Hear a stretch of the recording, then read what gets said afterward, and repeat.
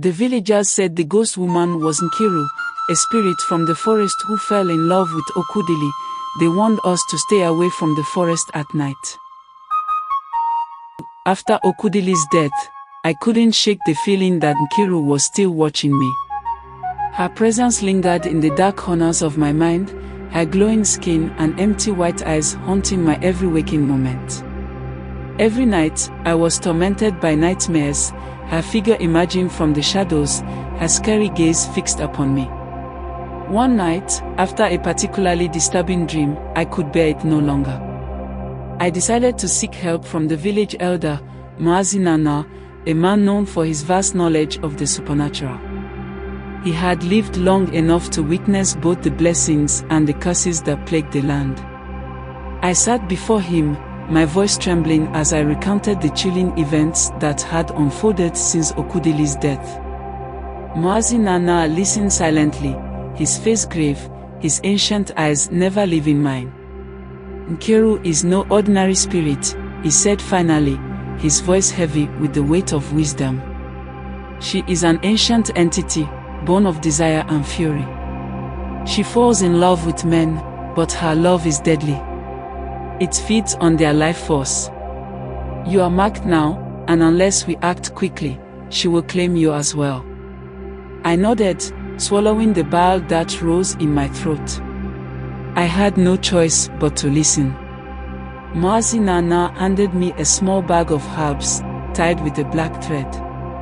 Wear this around your neck, he instructed, it will shield you from her direct gaze. But be warned, do not go into the forest after dark. Nkiru is most powerful there. But the fear gnawed at me. I could not stay hidden forever. I had to avenge Okwudili's death.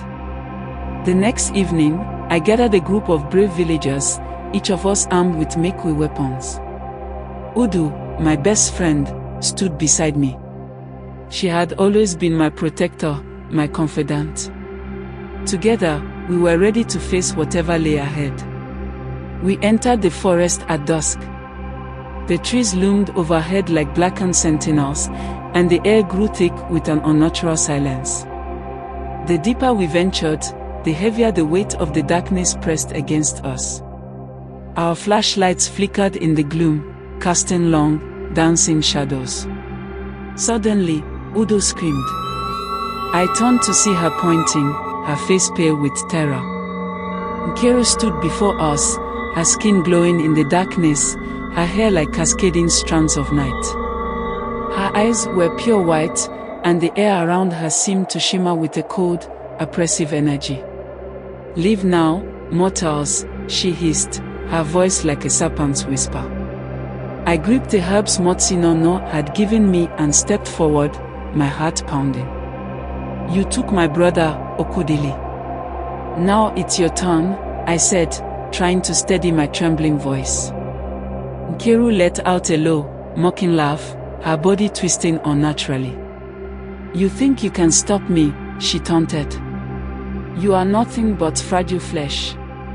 With a wave of her hand, the villagers scattered in panic, their screams echoing through the trees as they fled into the night. But Udo and I stood firm. Her eyes, wide with terror but burning with determination, never left Nkiru. You're beautiful, Udo whispered, her voice almost soothing, as though speaking to a wounded animal. Nkiru's gaze shifted to Udo, and for a brief moment, her eyes flickered with something almost human. Surprise. Regret. It was hard to tell. You see me? Nkiru asked, her voice now softer, tinged with a strange vulnerability. Yes, Udo replied, stepping closer, her hand reaching out toward the spirit. I see the pain behind your beauty. There was a long silence. Nkiru's gaze softened for just a moment before she took a hesitant step toward Udo. I've been alone for centuries, Nkiru whispered, her voice breaking, her tears shining like dewdrops in the dim light. No one has ever truly seen me, not like you do. Udo reached out, her fingers brushing Nkiru's cold cheek. I see you, she repeated, her words almost a promise. But the moment was fleeting. With a shrill scream, Nkiru recoiled, her eyes flashing white. She vanished into the shadows, leaving us breathless and confused. But the night was far from over. As if summoned by her rage, ghostly figures began to materialize around us. Nkiru's spirit minions, twisted, deathly forms with eyes like black holes, rose from the ground, their mouths open in silent screams. They lunged toward us with horrifying speed, their hollow limbs outstretched to grab and consume. Udo and I fought back with the herbs, throwing them into the air. The pungent smoke seemed to push back the spirits momentarily, but the onslaught was relentless. We ran through the forest, the ghosts swirling around us like a vortex of death, their cold hands reaching for our necks, their laughter echoing in the trees. Just when it seemed we would be overwhelmed, Nkiru reappeared in front of us, her white eyes glowing with fury. "You shouldn't have come here," she snarled, her voice like a knife slicing through the silence.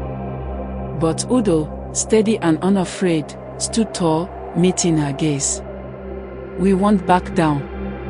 For a long moment, Nkiru hesitated. Her eyes softened, and she slowly lowered her hand, as though conflicted.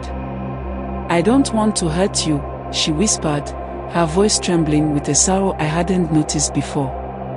Udo took a step closer, her hand extended. "Then don't," she said, her voice gentle but firm.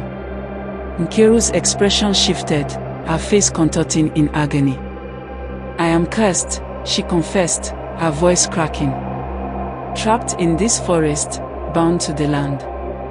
Forever alone, and so, I take what I can. I take those I love." Udo's hand brushed Nkiru's cold cheek again, this time more tenderly.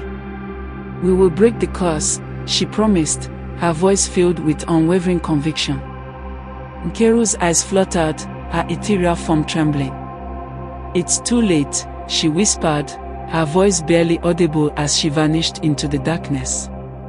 The forest fell silent. The spirits disappeared.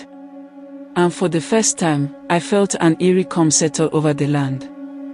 We stumbled back to the village, the weight of what we had witnessed pressing down on us. When we told Muazi Nana what had happened, he nodded slowly, a glimmer of understanding in his eyes. "Nkiru's curse can be broken," he said, his voice grave. "But it will require great sacrifice. The price for redemption is steep, and the path is fraught with peril." I turned to Udo, her face pale but resolute. She smiled softly. "We'll do it," I said, my voice steady, no longer filled with fear, but with determination. "For Okwudili, and for Nkiru." Our journey to break the curse had only just begun, and we knew it would take everything we had, our strength, our courage, and our willingness to face the darkness head-on. But we had no choice. The forest was calling, and we would answer.